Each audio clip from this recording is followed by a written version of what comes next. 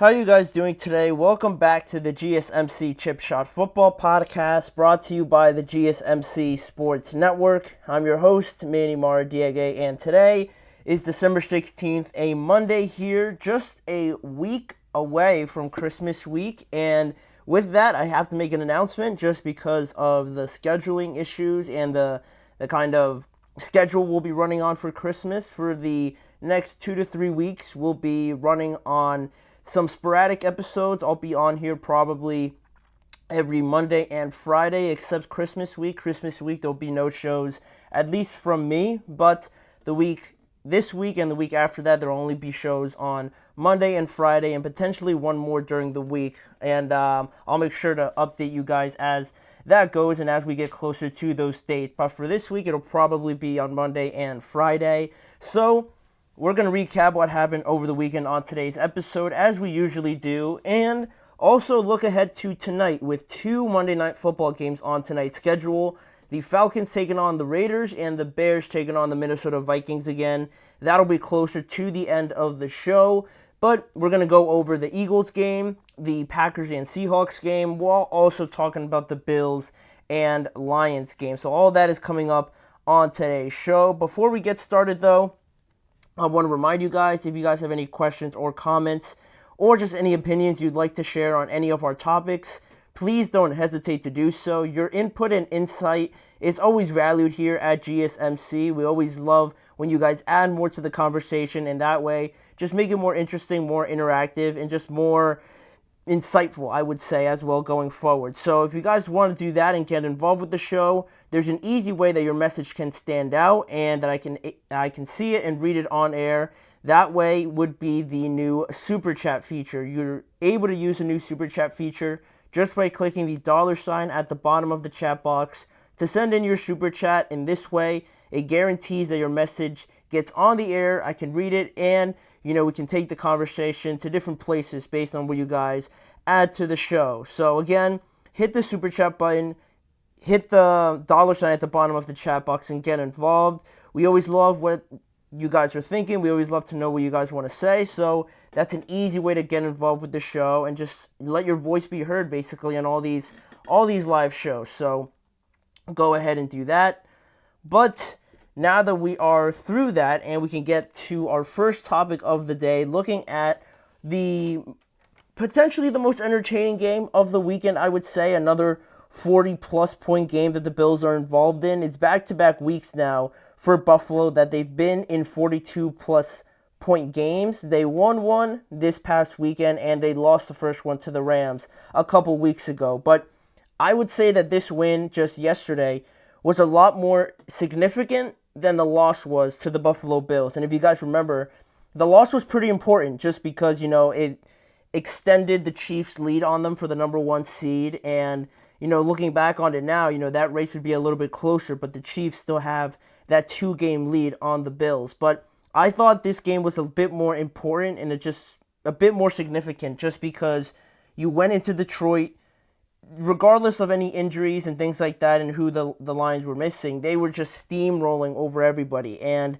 this game was dubbed as a potential Super Bowl preview, and it did not disappoint. And despite all those injuries, Detroit kept it close. But for the idea that Buffalo went into Detroit, the number one seed in the NFC, and beat them and almost scored 50 points on them, I thought that said a lot more than, their loss to the Rams did a couple weeks ago. So after the loss, and really Buffalo looked unstoppable on offense really in this game, as the 48 points would show, right? But this win was a 48-42 victory for the Buffalo Bills to, make up for that loss, like I said. And not only that, and how impactful it was, to go up against Detroit. They snapped the Lions' 11-game winning streak and all, really, but I would say up at lock up the number two seed in the AFC, especially after the Steelers lost, and now the Steelers have 4 losses while the Bills still only have 3, I believe. Yeah, the Bills still only have 3, and I believe they still got to play the Patriots twice and the Jets once, so they're probably going to be favored in all those games. So I would say that they're probably going to win out and be locked into that number 2 seed just based on how the Steelers, their schedule shakes out and everything like that. So this win was important, definitely, for Buffalo. And on that note, we can't talk too much about this game without mentioning the MVP, I would say, in my opinion, Josh Allen. Another insane game to just strengthen his MVP case if there was any doubt about it. If there was anybody that had any doubts about Josh being the MVP, he just keeps putting out performances like this. 362 yards, 2 touchdowns passing, 2 touchdowns rushing. He added 68 rushing yards as well, and he continues to do everything for the Buffalo Bills. But in that same sense, it feels like he does almost everything, but it still kind of feels like a whole team effort, right? You see Josh, and he has the ball every single play, but it never feels like he's like doing too much, if that makes sense. He's doing a lot while almost feeling like he's not doing too much in the same sense, if that makes sense. At least that's how I see it. Because in these games, James Cook's doing a great job. Ray Davis is doing a great job. Ty Johnson's, I think he was one of the leading receivers in this game for the Bills. Yeah, he was. He was the leading receiver with 5 receptions for 114 yards. And then you get Keon Coleman back from injury, Dalton Kincaid back from injury. They were involved a little bit. Amari Cooper, obviously, too. Khalil Shakir is another one. Josh does a great job of spreading the ball all over the place. And that's why I guess I would say that it doesn't feel like he's doing too much while he's putting up these insane numbers like he's doing. So he was obviously a huge portion of this win. But for the other side, for the Lions, they now go to 12-2, still the number 1 seed in the NFC, but with the fact that the Eagles won yesterday as well, that also brings the Eagles to 12-2. So I don't know exactly what the tiebreaker is right now, but that gap is closed now, right? They have the same exact record. The Lions still have that tiebreaker, but the Lions still have a tougher end of schedule than the Eagles do. The Eagles still got to play, I believe, 1 game against each NFC East opponent, while the Lions still got to play in Chicago, in San Francisco, and at home against the Vikings. So a much tougher end of 3 games here for the Lions than it is the Philadelphia Eagles. So we'll see